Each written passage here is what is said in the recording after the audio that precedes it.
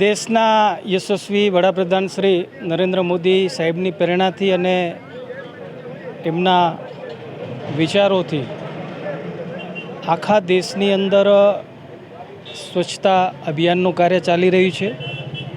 કચ્છની અંદર પણ મોટા પ્રમાણમાં સ્વચ્છતાનું અભિયાન હાથ ધરાય, જેના અંતર્ગત આજે મારી સંસ્થા અને સમાજ નવનિર્માણ ટ્રસ્ટના માધ્યમથી આજે સમગ્ર કચ્છની અંદર આવનાર સમયની અંદર 1 મહિનોથી વધારે સમય સ્વચ્છતાના કાર્યક્રમો કરશું અને વિશેષ રૂપે 6 વિધાનસભાની અંદર એક મોટી ટીમ લાગશે. જેસીબી, 2 ટ્રેક્ટર, સફાઈના સૌ માણસો, અલગ અલગ અમે એજન્સીઓ રાખી કરીને આ કામ સંસ્થાના માધ્યમથી કરશું અને સ્વચ્છ કચ્છ કેમ બને એ તરફ આગળ વધશું.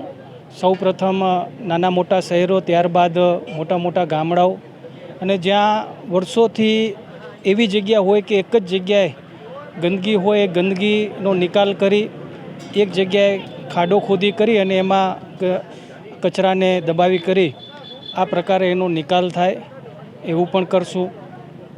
ઉપરાંત જ્યાં જ્યાં જરૂર પડશે ત્યાં વૃક્ષારોપણના કાર્યક્રમ પણ સાથે સાથે કરશું.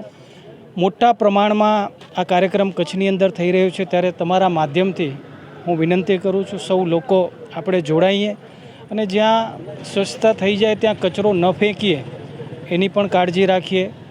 ક્યાંક જરૂર પડશે તો તંત્રનું પણ, નગરપાલિકાઓનું પણ અમે ધ્યાન દોરશું. પણ અમે નક્કી કર્યું છે કે આખા કચ્છની અંદર નાના મોટા પાયે કયા પ્રકારે થઈ શકે સ્વચ્છતાનું કામ ખૂબ ઝડપ રીતે અને ખૂબ જ સાધન સામગ્રી સાથે થઈ શકે એ પ્રકારનું કાર્ય આજથી અમે શરૂઆત કરી છે ને 1 મહિનાથી વધારે સમય ચાલશે.